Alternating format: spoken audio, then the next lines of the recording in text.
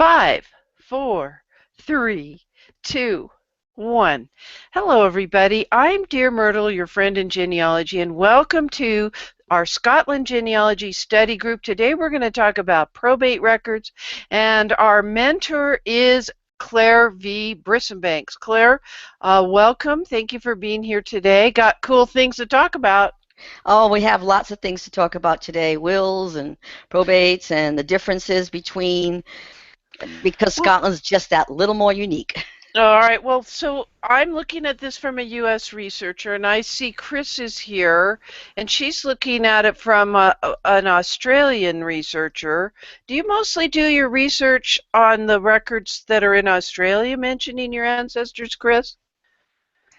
Um, for my Scottish ones, no. I do the research at the LDS library or online. Okay, so you're looking for those Scottish record sets that are online, and the ones that aren't, you will then be ordering like microfilm from the Family History Center. Okay. All right. Well, with us on the panel today, we have John Laws, not in Edinburgh, Scotland, and we have Billy Wallace, who is definitely in Glasgow.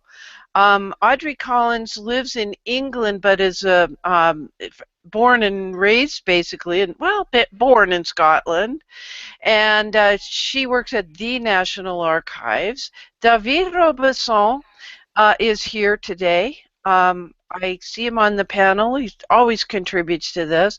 And Russ, you've already got comments from the community. Yeah, this is the message for Mr. Laws. I picked up a book about Lancashire dialects when I was there on holiday last month. Very interesting. Okay, so he can't hear or speak today. Well, All right. check your settings, John. Go up to the middle part of your screen up at the top. All right, so Claire, let me just say from all of our points of view, to me a will is where the person actually, before they died, it could be a holographic will or the attorney wrote it up or whatever, where the one who died, before he died, said where he wanted things to go. That's kind of true, but in Scotland they break things up from movable property to immovable property. And so like you can't pick your home up, but you can pick your bureau up or your bed up and things Your like that. horse and cattle. Right. So we got to think before 1900. And so if we can just start off with that Family Search Wiki article, that's fabulous. All right, I'm going to bring it up. But, you know, movable property is versus immovable property is a lot like real property. Real property is the immovable. We call it real property here in the United States. Let me ask you, Chris, what do you call it in Australia when it's things like your house and the land it's on? Is that called real property or movable property? Real property sounds closer, but just being 2 a.m., my brain hasn't kicked into. Okay. All right, so I won't pick on you. I can't think. Okay, well, you can be a bump on a log, and occasionally we'll throw you a little tidbit, a little cookie crumbs of good things to do for Scottish research. So Claire, you've got us. I'm pulling up that Family Search. I'm going to share my screen with everybody. Now, I was talking with Cindy Engel of Cindy's List, and she said, you don't have a syllabus for, or handouts. Well, we do. We just don't create them, do we? Well, we create the records chart, and my goal is to have it up to date by next week, by Monday, because I got to move all the columns, and I want to add in the stuff for current times as well as previous times. So that will be our syllabus. Those are all the links that we covered in the classes. All right, let me show folks that thing. Now, this is a shareable Google sheet, and that is this graphic of what do we know, what do you want to know, etc. That comes directly from FamilySearch.org. It's okay that we're using it. Here is the record selection table with the link to the Family Search Wiki for Scotland Genealogy. And Then we have the family search links, which is the clickable link for each one of these categories, civil registration, etc. This just reminds you, if you need the age, look at census. Just don't look at my grandmother's records. They're wrong. The fourth tab is record links, and this is extremely valuable. This is why Claire always has to do cleanup after one of our hangouts, because we keep adding to this and as the conversation develops. Then you've kind of broken things out to military, probate, and wills, which are beginning to fill in. Yep. Birth, marriage, and death, BMDs. And what's a BMB? Birth, marriage, and burial? Burials, right. Okay. And then I'm clicking this last tab, which is the research log form that Russ and I tend to use, so that you can keep track of this by a person or by a family group, or when you're working with Sticky Wicket, several people, 2 people maybe of the same name in the same place. This is like a good research log form. Okay, so enough of all that. Let's get back to this outline here. So tell us about Scotland probate. Oh, probate. Right. The word is testament. Oh, wait, this whole time? Yeah, that's so it's really right. So testament. Just a minute. The whole time I had the camera in the wrong place. I apologize. These are the links that we're aggregating as we're going through our course. And okay. I'm sorry, folks. All right, so testament is the same as a will, right? Yep. Okay. Well, no, the same as probate. See, Scotland doesn't have probate. The term is testament. Oh, okay. So to me, in the United States, probate means this. Either the person, let's say the person did not have a will. And that's intestate, just right, like we have. Yeah, that means they died without a will. Okay, and probate is where it goes through an accounting of this is what the assets are, movable or immovable. Right. And these are the debts. And these are the heirs. Bing, right. So if you scroll down through the article, it goes through that. See, it shows you that first bit. What's the movable? And then it goes on and what's immovable. All right, and they did the same thing here when the person died, leaving a testament or will, as we call it in the U.S., right, where they named an executor. If they died without. The court appoints, and here you call it an executor to administer, whereas in the U.S. we call it an administrator. Correct. So executor means it was named in a will in the U.S. In the U.S., an administrator means there was no will, and the court had to appoint someone. So you're telling me that this is something like we should do for each kind of new records that we're looking at? It sounds to me like this is very important. If you're a U.S. researcher, you need to understand that there are different terms, what we're used to versus the terms that we may see when we do our Scottish research. Is that what you're telling me?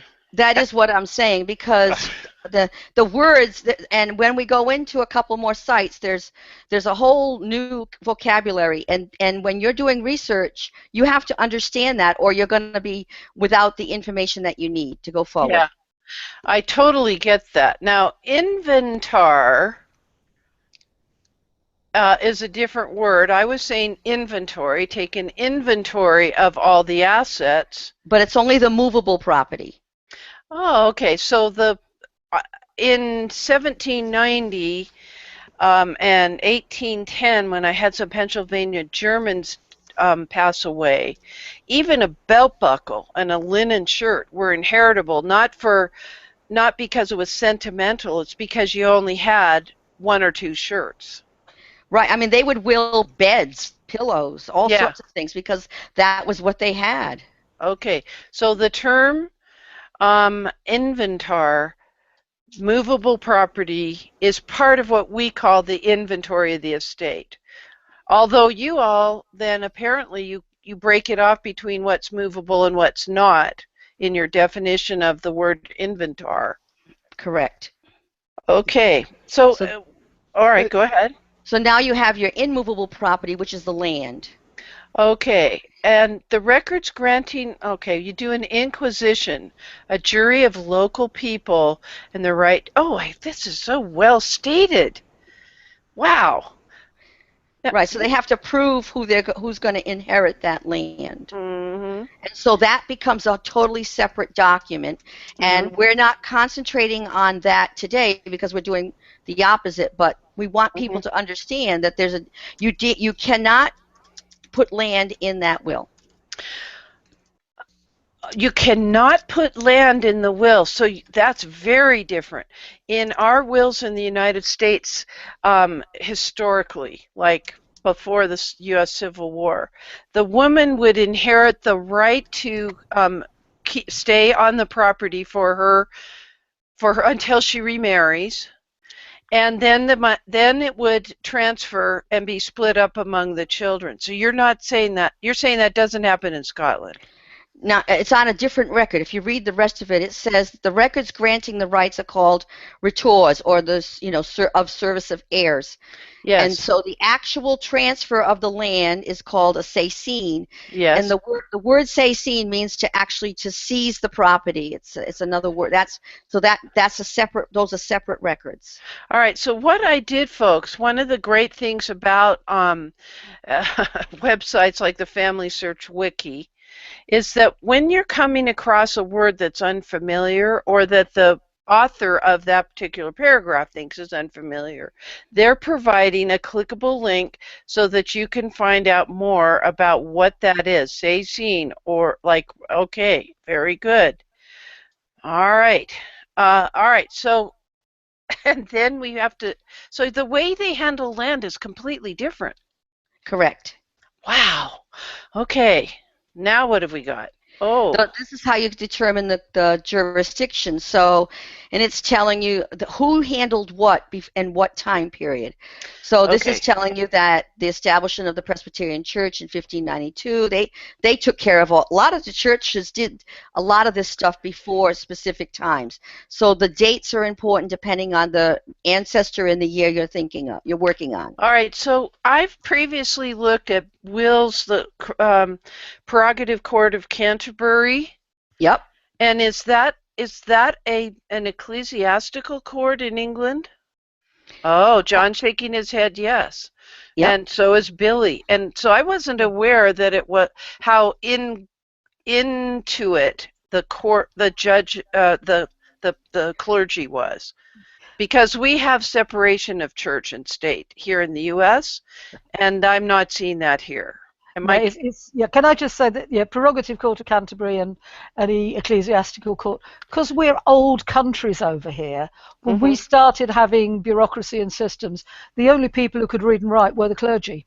Okay. So these things go way, way back. I mean, they go back to the Middle Ages. So that's why, from a standing start, you wouldn't put it in the hands of the church or any church. Yeah.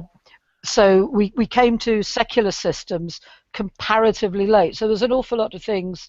If you look in, say, 1801 in England or Scotland, they're being dealt with by the church. It might be effectively a secular organisation, but technically belonging to the church. They looked after probate, poor law, registration of births, marriages and deaths, and probate and family law, all kinds of things. By about 1901, nearly all of those things are now being dealt with by a secular authority, either a bit of national or local government. And so typically our researchers pretty much know their ancestors that lived in the 1900s. And so that's why Claire is having us focus on those pre-1901 and getting us oriented to the fact that these are ecclesiastical courts. Perfect explanation, because they were the ones who could read and write. Yeah. The important thing is to know whether it's different in the two countries, is at what point you stopped having the church system and you started having the completely unified secular one, and it's different in the two. So when you're hopping back and forth across the border, you have to remember to whether you want your Scottish or your English hat on. Okay, so Claire, back to Okay. this research outline Right. from Yes. Family Search. Okay, so scroll down just a smidge and she gives you that year. After 1823, just Yes. down a little bit further, it says just keep going about after 18 system took a few years to fully evolve and the testaments were confirmed by the commissariat. It's about 3 or 4 things, just a smidge down. All right, so I really would like to click on that quartz map, though. That's intriguing me. Can I do that? Yeah, you can do that. Sure. All right. So I'm looking at Scotland. This is Scotland's people. Let me zoom in. Yeah. All right, and so do these happen to agree with what the counties are or not? Let's see. It tells you here that some of the wills report the jurisdictions over the districts. So these are districts. Okay, and this is the one up to 23. Up to 23 says the districts reflect old administrative areas in Scotland. Okay, all right.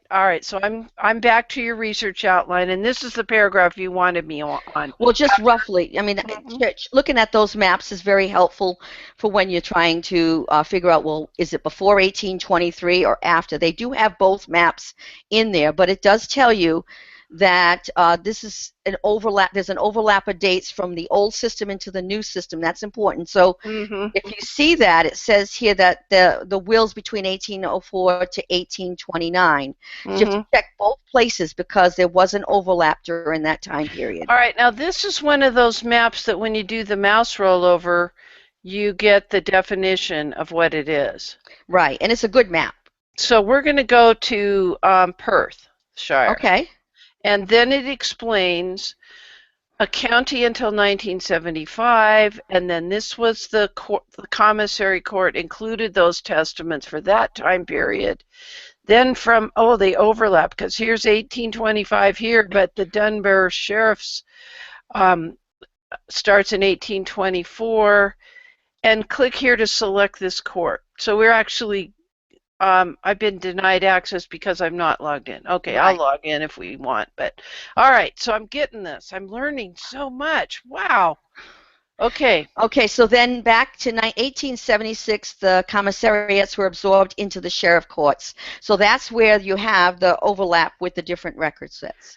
Okay, now when we have sheriff sales here in the United States, they're not the ones that are determining the whole entire disposition of the probate. The probate judge asks the sheriff to hold a sheriff sale at the farm where all the implements are sold and maybe cattle and things like that, but not the farm itself. So a sheriff's court would sound odd to an American. Correct. It would definitely sound not normal for for what we are actually used to, that just doesn't actually go with what we normally do. So if we wanted to look at the original records here, it says, for the commissariat and the sheriff's court, we would have to send John Laws down to Edinburgh for us because he's our closest contact. What are you saying, Billy? Billy's shaking his head. Some of the records are online. Yeah, some of them are online. Archives. So it's potluck whether you get them online or not and have to send a request in. Okay, so some of them are online. We didn't get that far yet. All right, thank you for letting me jockey back and forth with my American or my U.S. versus Scotland for the definition of these words because I'm learning so much. Okay, back to you, Claire. Okay, so then if you notice, it tells you how to find them. It says that there are microfilm copies, and some of them, some are the sheriff court records, and it gives you the catalog link. All right, let's go look at those just for the heck of it. Open in a new tab. All right. It says 404 not found. Oh, they haven't updated their website. Well, you know what? Remember when we went from the old card catalog to the new? I still say card catalog. But they did provide you the way to get there from Scotland to probate records right there to the county. Okay. And then go ahead, Billy. I was just going to say the 404 ties into a point you're going to bring up later on. Yeah, we will. We will. Yeah, we'll do that. People keep updating their websites, and that's what drives Cindy Lingles nuts. And then, Okay. of course, there are some online test indexes. Now, an index is not the actual record. It's just an index that tells you that that record is available, but you still have to go through the process of ordering the record, and we'll go through that. That's also on another point. Okay, so there's this. Here's an index at Scotland's people.gov.uk, and I still need to log in. Right, and we'll bring that up in a bit if you want. Okay, but I mean, you can do it now if you wish. See how it goes through and tells you all of the different terminologies that we've been going through. Inheritable property versus, yeah. Okay, and the movable property here is inheritable in the United States. Right. To some degree. Typically, if I were to pass away, Mr. Mert would inherit everything in this house that belongs to me. But from a practical standpoint, he's going to allow my daughters to come and take whatever they want. I'll guarantee they're not taking the genealogy book, so his library is secure. Okay. All right. Okay, so if we can go just finish up with that last bit on the other one, and then we'll slip into the situation we ran into with the National Archives of Records, if we could close that one out. All right. I want to mention something that happened to me here on the screen. This link here is for Ancestry.com, their UK website. Now, I'm here in the United States, and when I first went there, watch what happened. Watch my screen.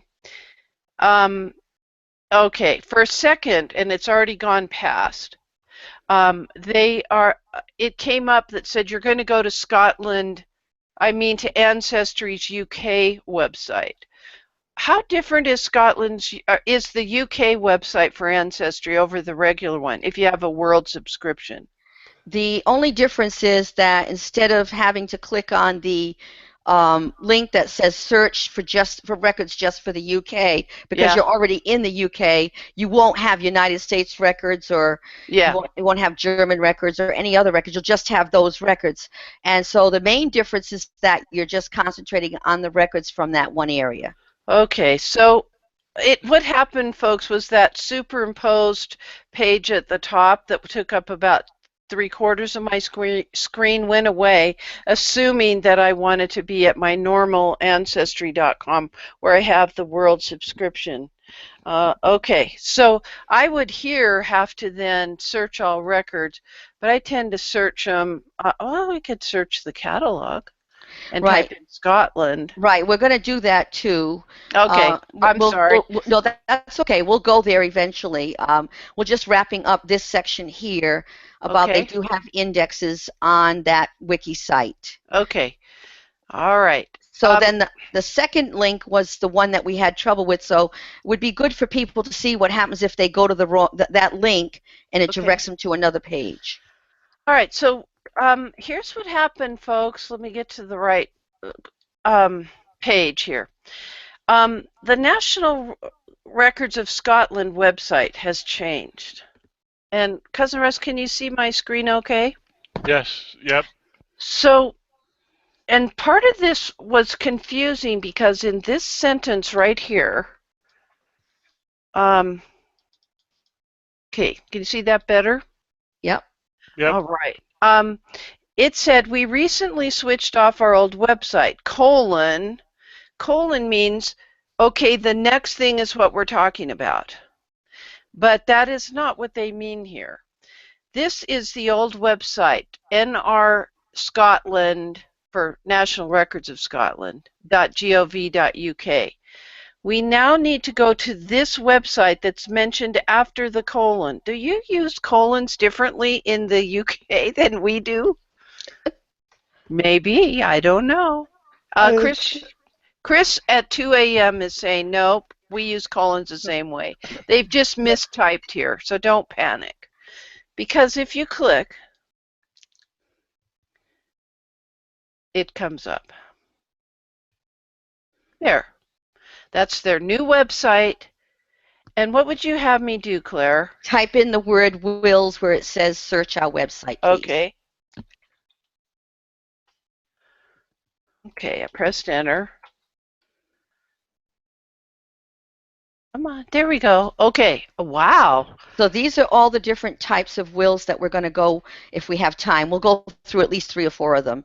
Okay. But to let people know that some of these records are available over in the type of records and what they are. Mm-hmm. So for instance, if we skip to the second one first, which is wills and testaments, as we were talking about, the word probate is a testament. Mm-hmm. This breaks in and gives you even more of an explanation besides what the wiki can tell you, because this is coming from a Scotland point of view, which as an American, I really have to get my head into a Scotland's thought process to give a better search. Now, the wiki gives it to you from the American point of view. This gives it to you from the Scottish point of view, and it's important to understand the difference. Okay. All right, understanding. Okay. You wanted to say something, Billy?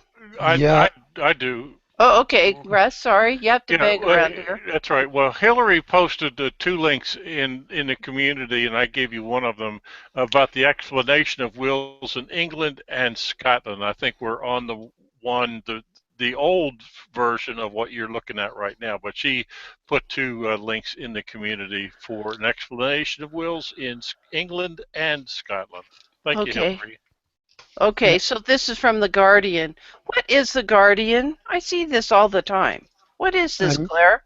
It's a newspaper. It's a newspaper. It's my newspaper of choice, but it has it just is. But it's also peculiar writing style. It has a peculiar writing style. So is this like? So Claire, is this, you're here in the U.S. and you have your foot over there and have done a lot of research. So is this kind of like instead of the New York Times, it's the Daily News, which has the racing lineup for the day and all that? Yeah, it's kind of it's one of the main broadsheet newspapers. It's one of the serious papers. It is not, for example, anything like the Daily Mail, which is also apparently very popular for reasons that confound me utterly. Okay. It's one of the it's got a very, very good website. But unlike the Times, which is also very good, the Guardian has kept its website free. Okay. So that's why it's widely used all over the world. So it's more comparable to the New York Times, whereas the Daily Mail is more like People magazine, where it's got all what's happening in Hollywood and international film stars and kind of more sensationalistic. Yes, that's a pretty good description, I'd say. Okay, all right. People can look at both and make their own judgment. All right, but I wanted to know your opinion, so okay. All right, so yes, you never know. She might have to get a job at the Daily Mail next week. You never know if the National Archives. The Guardian actually has a U.S. edition, which is really nice. It's more of an international flavor, but it does it does really come up to the point where Audrey says it's a very good resource. All right, so Billy wanted to say something a few minutes ago. Okay, Billy. Yes, it was just a quick point on wills and testaments and the time scale we're talking about. If people don't find a will or a probate record, that was quite common because up to 41% of the Scottish population never made a will. Okay, but they owed somebody money when they died. I'll bet you dollars to donuts, as we say here. Yeah, that would be handled under the intestate laws, and you'd find it in those records. So don't be put off if you don't find a will. Perfect. You'll find it elsewhere. Okay. All right. I got it. All right. So thank you for sharing this website, and it gave me the chance, Hillary, to ask what the heck is the Guardian, and because I kind of got that the Daily Mail is more sensationalistic. Okay, where do you want me to be, Claire? I just put another link in there. Okie dokie. Wow, we are learning so much. Oops, I unshared my screen. Now this link comes from Billy, and so perhaps he might want to take it for this one, which would be great. Building history. Okay. I thought this was excellent. It really brought in a bunch of good things. So This is showing you how the wills came over time. You want to take it, Billy? Yeah, I'll start off by saying that Scotland has a totally different inheritance law compared to England, Ireland, and Wales. In that, in Scotland, you cannot, it's virtually impossible to disinherit someone. They always retain a degree of legal right of inheritance. Oh. Even when the will specifically says, I disinherit this person. Now, that's important to keep in the back of your head because it runs through all the laws relating to property, land, movable goods. You'll hear the word chattels as well, usually along the phrase of goods and chattels. And along with this, tying into the building history, land was regarded as separate from the physical building. Yes, we have that. Yeah. So in this, you'll find the layout and the framework for the law as it progresses through the church, through the state, up until, and in fact, I can tell you that on June the 16th of this year, there's an amendment going in for this bill through the Scottish Parliament for a word you'll see called life rent or liferent, Liferent, and that's to do with the inheritance of money from the property throughout a person's lifetime. All right, let me ask you a question. There is a little thing in our country where you'll see occasionally in a will where a child gets $1. And that's to say that they're considered in that will that the father has not is not intending to give them any more than that dollar, but they are recognizing that it's a child, and that's to get around a thing that everyone must inherit. And that's kind of, I know Judy Russell would say I totally, messed up on that definition. But do you have that kind of a thing where that will happen? Yes, but the child or the child's guardian or parent has the right to challenge that because there's a minimum acceptable legal amount. And for example, say the person left £1, the equivalent of $1. That could be challenged because it was under the minimum value under the inheritance laws. Okay, all right, so that makes sense. All right. Okay, so if you look down on that little page on the page that you just brought up, there's a section for Scotland. Okay, so there's England, there's Ireland, Wales, and now we're to Scotland. Right, so you see there's a little bit of a difference there, and so he's bringing up about the different types of courts and the different type of records, and we will go to Scotland's people after we go to the next website. Okay, what is the next website? Oh, I have a question. What happens if somebody owns property in Ireland and Scotland? Are there two probates? It depends on the will. If the will is drafted in Ireland and it affects property and people in Scotland, it has to be confirmed by a Scottish court as legal and binding. So it would have to go through a second legal process. Yes. Yeah, we have that as well here. I don't have any people that own that much property, so that didn't actually come up in my family, but I've heard other public speakers describe that and in their research. So I'm just trying to compare and contrast what I know with what y'all are teaching me. Yeah.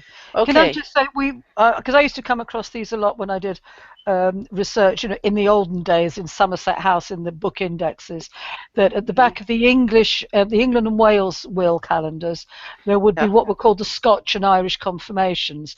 And if people ordered one of those, they'd just get a single page thing, which is rather like an administration, doesn't tell you very much.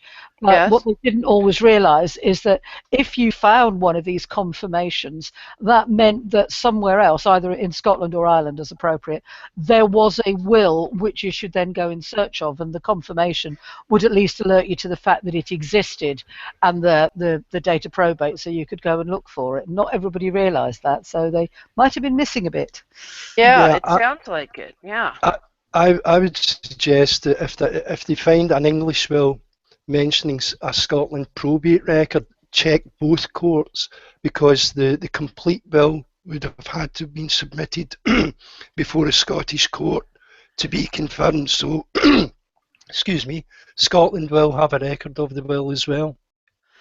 Okay, so that gets, yes. Well, let's just go to the normal thing. And I'm having a heck of a time trying to log into Scotland's people. I forgot my password. It says that I have this username. When I put the username in it, they won't send me a notice about my password. So we'll have to share somebody else's screen. That shows you how frequently I use that. I use it. I mean, we can get into it, but you really don't need it for this class. Alrighty. We're fine. This is from the national. Go ahead, John. I was only going to say, you were saying about wills where they not where there's an exclusion. Yes. I have a will here. Yes. It's in my wife's family, where there was one particular character who was excluded all the way down the will. Wow. And what's the time period? 1891. Okay, so it's getting later. Yeah. 1890. Yeah. She was a maiden lady who'd been an innkeeper, so she was a bit sassy. Is that the word? Yes. She knew what was what, and she. Well, I don't know where she had got all this money from. I really don't, because the amount of money involved, and it's down to the last teapot, yeah. So they're mentioning all the movables. And the immovables. Yeah. And this one particular nephew was cut right out of it. All right, so we're saying that the more recent times there could be an exception to that rule. Right. It's a good thing my dad did not exclude me for being sassy. All right, Claire. Here we are. This is from the National Archives of Scotland, and it just tells you about the actual thing. And it talks about, like what Billy was saying, there's only a small percentage of people that actually did a will, but like he said, they may have had debts, so there'll be other records. So you might not find them in the will, but you might find them in something else. And so you need to be aware of that. That's why we went through the list of the different types of records that are produced from this. So this is just a sample here from the National Archives. And if you go down, it talks way down about it. It says about rich and poor, and it tells you that right up there that. If you go up, it tells you that where they're from the both enormously rich and very poor can be found in the records, and it's true because some may have owed monies, and so they're just going to be in different types of records rather than the regular wills that we would have. Well, and that makes sense. We're used to doing this kind of. I initially, as a beginner, thought, oh, they didn't have a will; they were too poor, and then somebody gave me the advice. Then they went through probate. Their estate went through probate. If there was a teapot, a copper teapot, that was of value and could be sold off to pay the debtors. Right. So if you scroll down just to the very bottom, you'll see a little sample of a soldier's will. We're going to go into a real soldier's will, but this is one of the ones before they actually got into the more details. But that's one right there where it says, in case anything happens to me when I'm away in Morocco, I wish you, my friend, to look after my affairs. And that's just simple thing because he was going off to war. And the one this is a tricky one, and that Right. it shall be kept absolutely secret, her name. Right. Whoa. Wow. Right. And I know. So, you just have to understand that just because it's past doesn't mean that they didn't have secrets. I mean, let's face it, that's just life. Yeah. John, Yeah, you wanted to say yeah, something? I got in the same will. There's a lovely statement. She left money to her sister amongst all the other bits things she left. And she says, upon trust, I give this to my said sister Elizabeth Routledge, and in case my said sister, Well, she says, it's for her own sole use, and where is it? It's only wherever it is. I can't find it now. But she made a fabulous statement about excluding her sister's husband. That it was for her own sole use. Yeah. That's a fairly standard clause.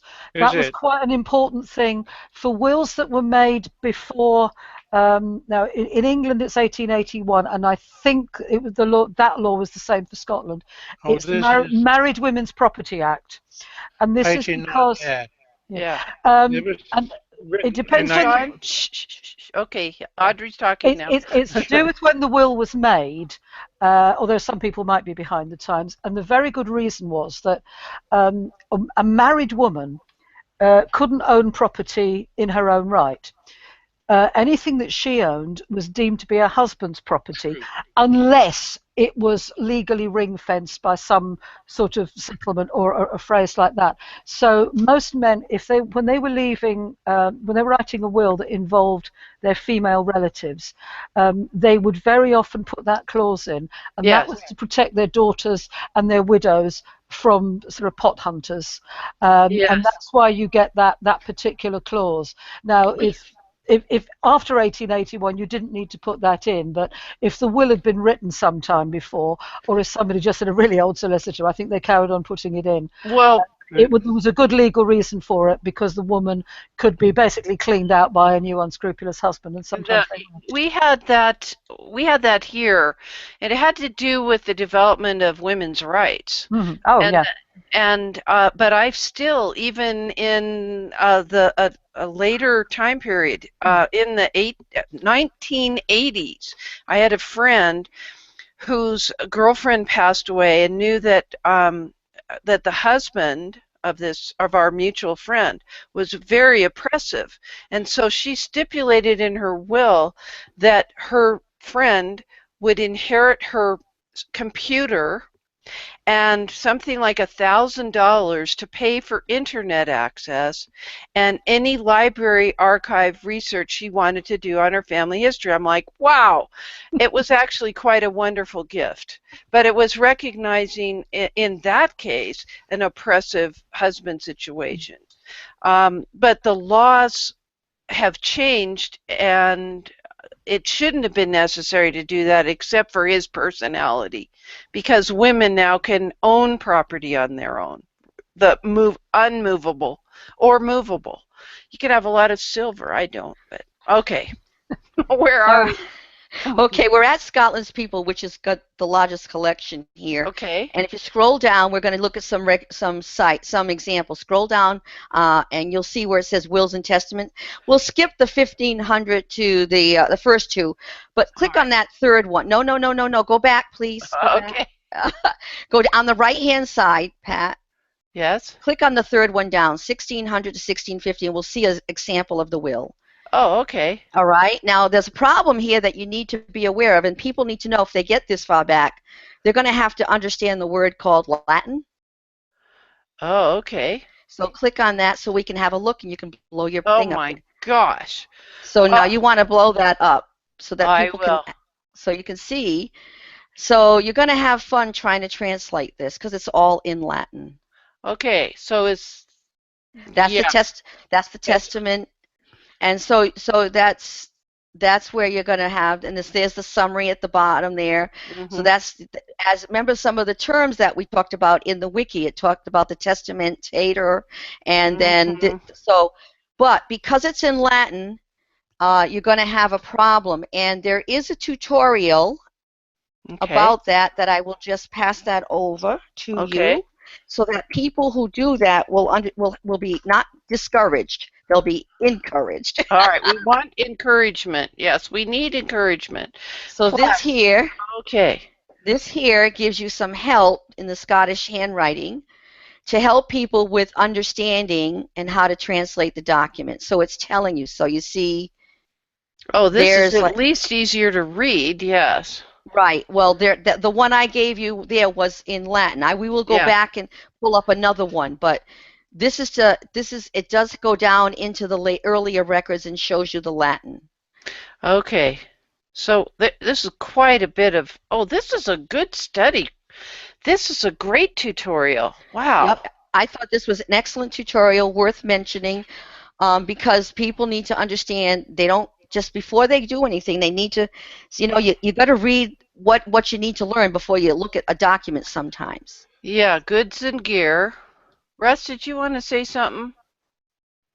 I was just going to say that on the ScottishHandwriting.com, there's online lessons that people can actually go through from the original document through to the transcription of it. So it's well worth going into the help files there as well.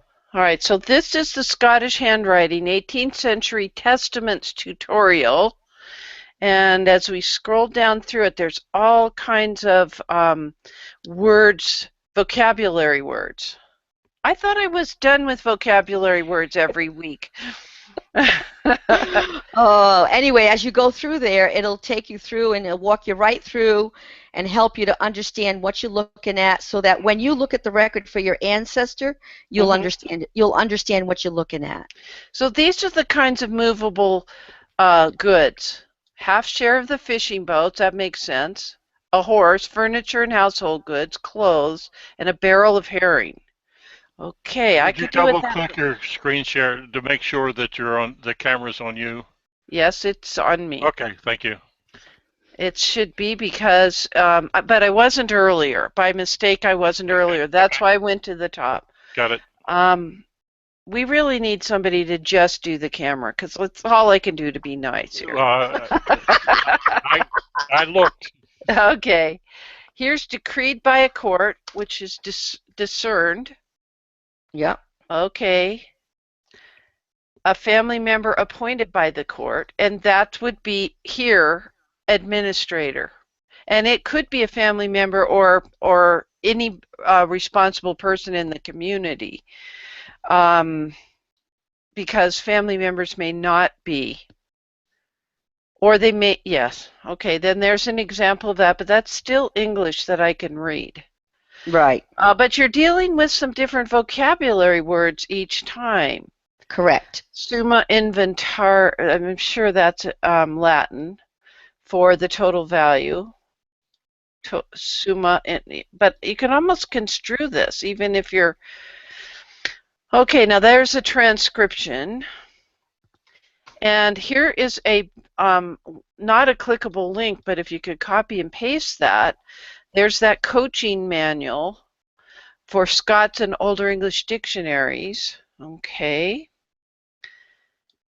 Wow, crops and livestock, and this is how you would measure them, the way that things were measured right here. That would be important to learn, because you guys are on the metric system over there, aren't you? No? Yes. Well, For the weights and measures? Yes. Yeah, we're in a mix. We still use miles and imperial measures for some things, and metric for others. Okay. Like for example, we still have a pint of liquid, but you'll also see it marked half a litre. Oh boy! All right. We buy our petrol put it in our cars by the litre. It's priced by the litre, but the fuel consumption figures are quoted in miles per gallon, and And the kilometres don't even come into it at all. Technically, we have them, but we pay no attention. You know, I find a lot, particularly in East Scotland, yeah, that they talk about, particularly in where I'm dealing my other hat with yeah, park wardens, they talk yes, about kilometres and yeah, metres, yeah. which is completely alien to me because I'm still in rods, poles, and perches and furlongs and I hear you.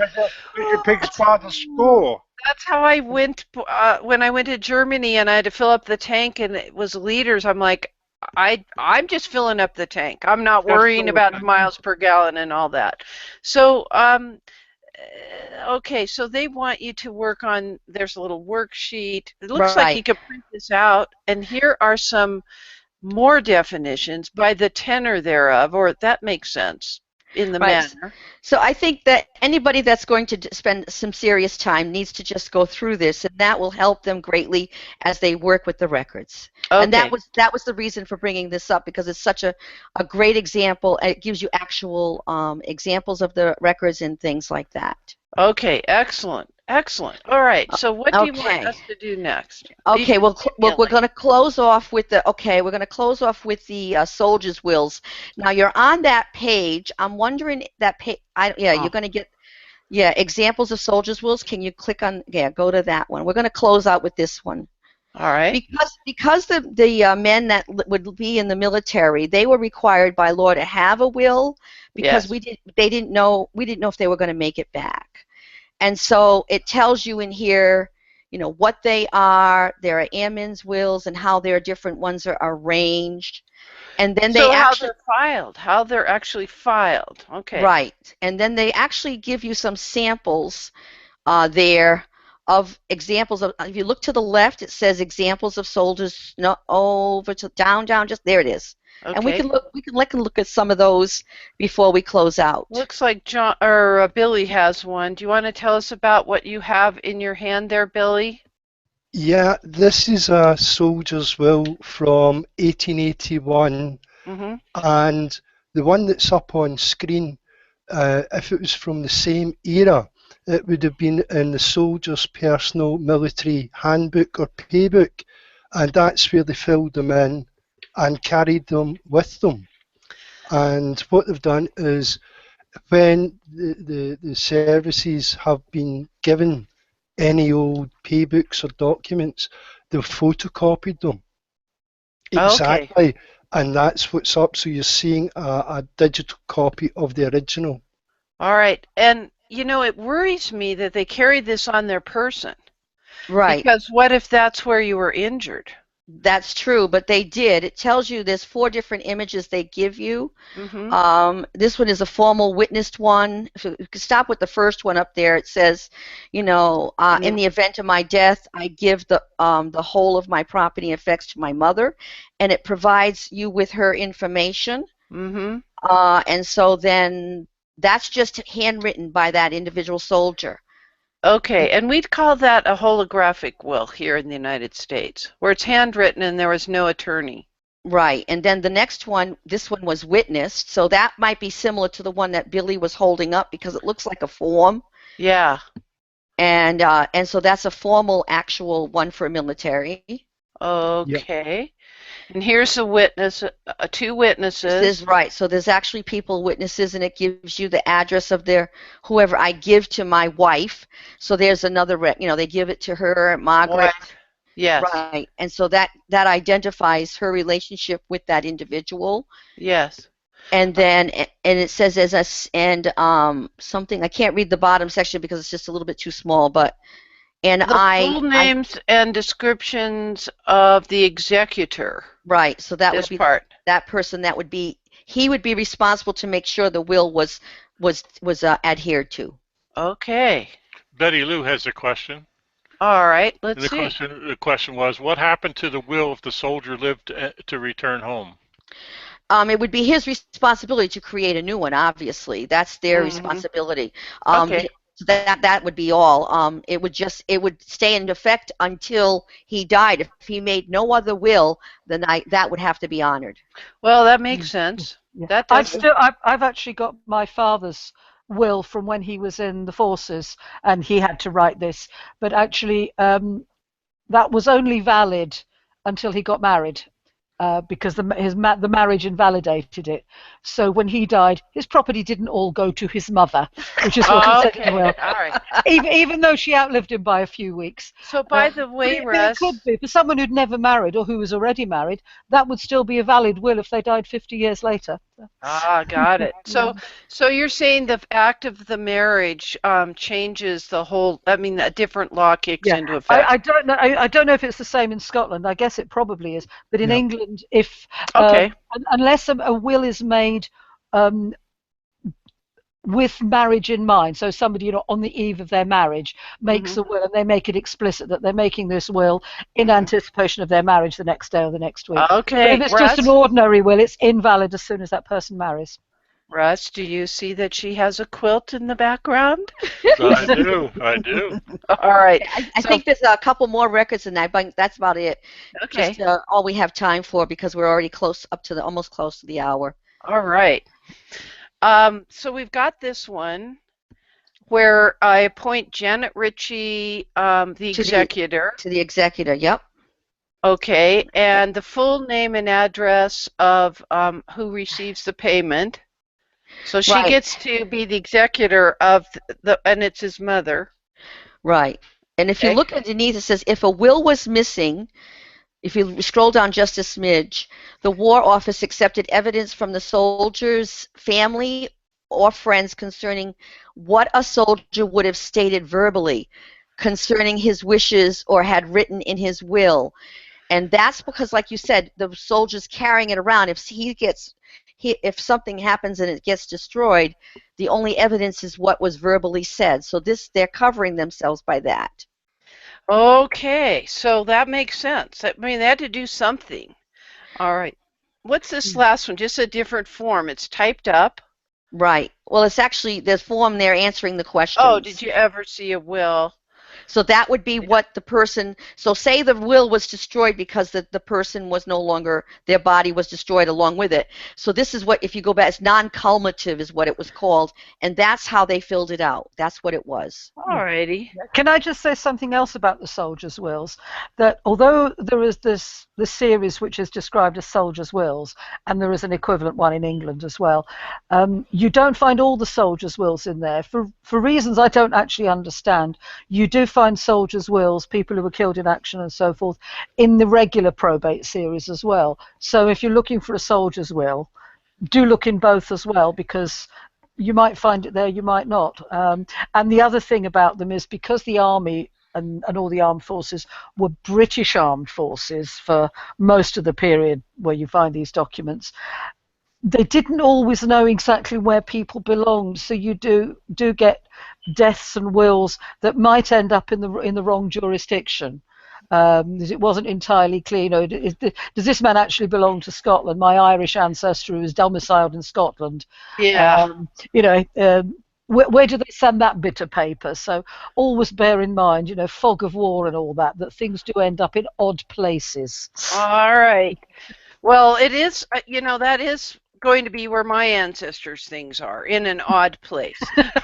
Not where you expect to find it. You wanted to say something, Billy? Yeah, there's a third place people can search for the soldiers' wills and paybooks, and that's regimental military museums and archives. So if, for example, a person was in the Black Watch, and you can't find anything on the main sites, go to the Black Watch site, you can do a search, you may find it there, or you may have to fire off an email to the archivist to ask them, do they have this person in their records which aren't online?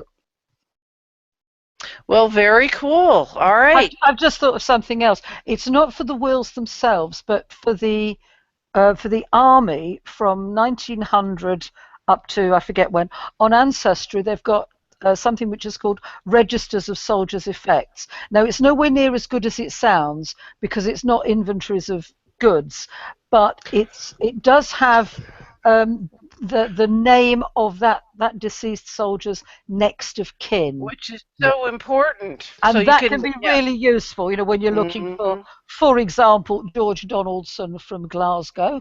That was one. Yeah, that was one of the several records I used to identify my mother's uncle Geordie, and I actually was able to give her a photograph of him last Sunday that I'd found in a newspaper. Yeah. But it took a lot of things to prove that I'd got the right George Donaldson, and the soldier's effects was he didn't leave a will, but it told me that his next of kin was his wife and her name. So you knew it was the right person because so you can have.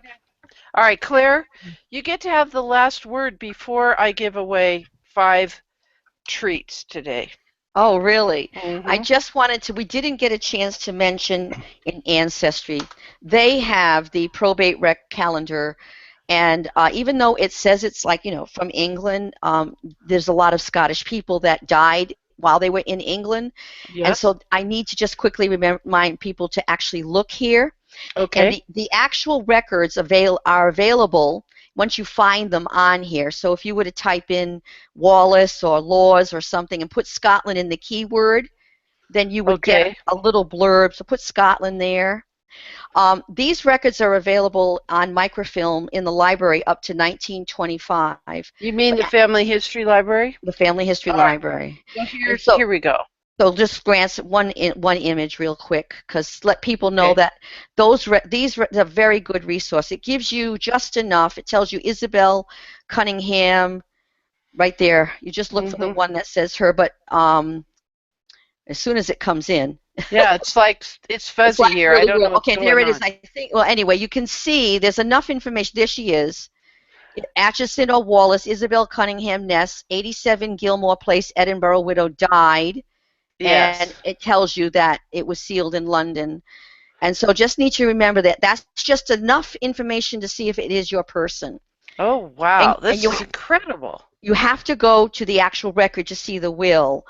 And those are on microfilm at the Family History Library. They're at the National Archives in England and other places. And so just wanted to make sure we brought that resource up. Okay, so if you knew that the will was in London, 1909, what would you do? Yeah, it's a long process to go to find that record in the catalog. I would have to go and create a document to bring that up to help you with that. But you could go to wills. That one there, that was actually a confirmation. The will itself would be in Scotland, but there are plenty, as Claire said, where you've got Scottish people. Okay.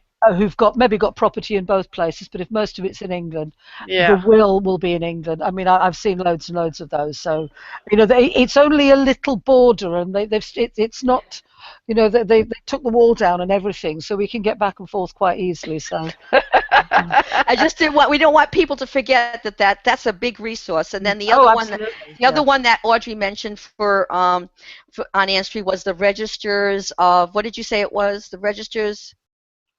Sorry, deceased soldiers' effects. Right. All right. It's actually it's not a record from the National Archives for a change. It's actually from the National Army Museum, and it's for I forget the years it covers. I'm really only interested in the First World War period for the moment, but it's soldier. It wasn't this. Okay. So I think I'll get the link, guys. And then if we could put the link, there you go, right there. All right, so I'll get that link and give it to you, Russ, so you can share it with everybody in the community. All right, so we are at UK Army Registers of Soldiers' Effects, and here is the link. All right, Russ? All right, I think we're set. All right, so let me first of all, Claire, you have done a marvelous job in these 13 weeks. This has been incredible. You've also been very generous in sharing your space, this learning space, with people from Scotland and letting them contribute. This does not normally happen, folks, in a class. Usually the teacher lectures, and Claire doesn't lecture, she facilitates, and you're very good at doing that, Claire. Oh, thank you. I appreciate it. Aside from that, she's a good friend. She pays me extra for saying all this. All right, Russ, I want you to pick 3 people from the community and tell me their names, and I've just randomly picked 2 members of the panel. What I'm going to do is give away 5 copies of the Kindle version of, now I'm looking at if we go to if we look at my screen, you'll see what I'm doing. I am at Amazon.com, and I am typing in Elizabeth Shown Mills, and I want to go to the Kindle store. You want to get the Kindle version because then you can copy and paste the outline and then fill in the blank for your citations, guys. I just discovered this. I discovered it because Thomas McKenty was advertising them yesterday. But you can get Evidence Explained Kindle edition, but this is the one I want to give you. And it's really generous, it's only $6.95.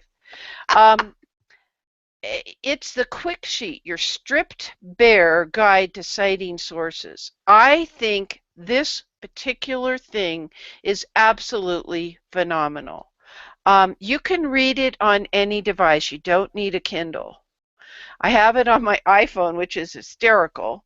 I also have it on my iPad.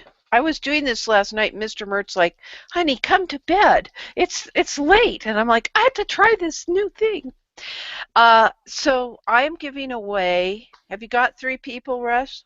I have got 2 people who made comments during the HOA. Okay, and that's the way to do it, is who's contributing.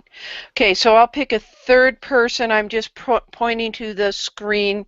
Well, okay, so I have Billy Wallace, John Laws, and Claire are winning this from me. Now what you need to do, let me show you what it looks like. I think I have it somewhere. Oh, it's really good. I can show you better on my iPad. Basically, this is something from her website, but it's on your Kindle. We're going to demonstrate this tonight on Wacky Wednesday, how to order it. Let's see if I can get this to be bigger. It just won't. But I'm going to show, it says if you're holding in your hand an artifact, then, and your first question is, what am I holding? A teacup, okay? Teacup and saucer. So then you ask who, what, when, where, and why should I believe it? So you would give the description of the artifact, the date you viewed or examined it, the current owner's name and address, and anything known about its origin for the chain of ownership. And that's it. So it's a really good quick sheet on how on earth to cite the teacup and saucer. All right, so who are your 2 people, Russ? Betty Lou and Hillary, and what are they to do? All right, they need to write to mert@dearmyrtle.com. All 3 of you here in the panel, and Betty Lou, and who's the other? Oh, and Hillary. And I'm going to give you this. I don't know if I can give it as a gift. Let's see what I can do if I give it as a gift. I need your email address. Okay? Any email address, so that I can then give it to you directly as a gift.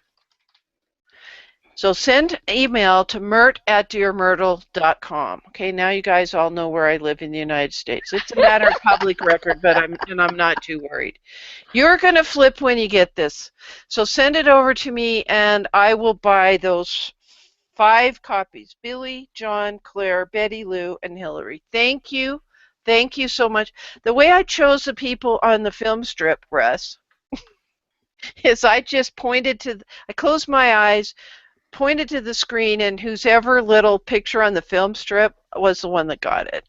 Whichever one I pointed to. So, wow. All right, folks, I got to tell you something else. I know we're doing Scotland, but we got so excited last week when we were talking about military records that that Claire and Audrey and Billy and John were, they in the green room afterwards started talking about, we could do a whole series for 4 weeks. We're going to do a 4-week series on UK and Ireland military records. Going to be phenomenal. You're going to have to stay up late at night, Chris, or watch it on the replay. Okay. All right. Anything else before we go, Cousin Russ? This has been phenomenal, Claire. Thank you from me, and I'm sure from the community for doing this for us. And there's a awesome resource sitting that I posted the link to in that Google Sheets that you did. I do suggest that if you can go to that website and download it for yourself, but come back and look at it a week or so, because Claire's going to do some more work on it, and you'll want to download it again because we update it. We can't. There's no way for us to tell you that we've updated it, but go back and look at it and download it again. Well, there is a way. On that first page where we've got the circular thing of if you know this and you want to know that, Claire could write underneath that graphic, updated and the date, and then you'd know which date you had. Let's do it, Claire. Can you do that? I don't know. Right underneath what? All right, let me pull it up. First, the first tab. Just put a cell below the image, right, or above. Just type in updated and date. Okay, I'll do that. All right. All right. Let's do that from now on our quick sheets that our guides. All right. So I guess. Can I just say something? Remember last week we had a problem with some medal records that the machine gun corps seemed to be at the Battle of Waterloo, and that didn't seem right. Yes. As promised, when I went into work the next day, I had a good look at that, and the problem, it actually relates to the India General Service Medal, which was awarded 1920 to 1935. It's to do, these records were on microfilm, and they were scanned from that, and it is it's quite fiddly and complicated and not actually very interesting, but the bottom line is that all of the records for that particular series, they've got tagged on to the end of some much earlier medal series, and it's to do with having similar file numbers. So the Waterloo ones really sort of stood out, but we also had the machine gunners and tanks in the Crimean War as well as a result of the same problem. So if you're interested in somebody that you think might have won the India General Service Medal 1920 to 1935, go into the card catalogue, find the medals, and in fact just go into the medals, use the drop down menu and search using that. That is a search term, because otherwise it's very funny, but it's really not very helpful. It's been reported through our licensing people, and it's gone to Ancestry, but they always have a continuous backlog, big old snag list, so it won't happen anytime soon. But they know about it now, and go down to, I think it was Claire who just randomly hit on one. Let's look at this; it should be interesting. And oh boy, was it! So. So thank you for that, Claire, and I'm sure Ancestry will also be equally grateful for bringing this to their attention. Oh, we had a similar thing happen. I know we're going over. It's just so fun to meet with this group. Here in the United States, the National Archives in Washington, D.C. had a record group that was called Civil War, what was it? Pensions? Oh no, Civil War Service. And it actually included all the way up to but before World War I. So you got the Philippine insurrection and one other thing. And so that's the way it was cataloged at Ancestry when this went out. But it is actually miscatalogued initially, or mistitled initially, by our National Archives. So it's a doozy of a thing to try to figure out what is the name of a record group and what does it encompass. So very good. We've got something from the community, Russ. I think we all want to hold on to this. It was such a powerful series. Yeah, Betty Lou says, thank you. Even though I do not have Scottish research, it says HOA gave me many ideas for my own research. Oh, that's interesting. And Betty Lou, Billy said, thank you very much. It was a surprise. A very pleasant one. Yes. Right. So I've got the emails of almost everybody now. And in the green room, I'm going to give it away to the members of the panel. And we will show you tonight, because I'll actually bring my laptop that doesn't have the Kindle for PC app on it yet. And I will show you how to get it and how to get these quick sheets. I only had to order a quick sheet once, and I can pull it up on the Kindle app, on my iPad, on my Droid phone, on my Droid tablet, on my PC. I just want to show you how to do it tonight. And Hillary's committing to giving us feedback on how it helps her citing her sources. Well, I was thinking of you, Hillary. All of you, and this was appropriate because you're doing Scottish research. That there aren't a lot of examples in Evidence Explained, and what I've been hearing is that the way that things are cited, as far as how record group numbers, maybe you call them call numbers, I don't know what you call them over there, they're not quite the same as we have here, and this will help you. I know it will. So anyway, that's enough of all that. There's nothing left to say, but thank you, Cousin Russ. I'm Dear Myrtle, your friend in genealogy. Happy family tree climbing, everybody. That's a wrap. Wow.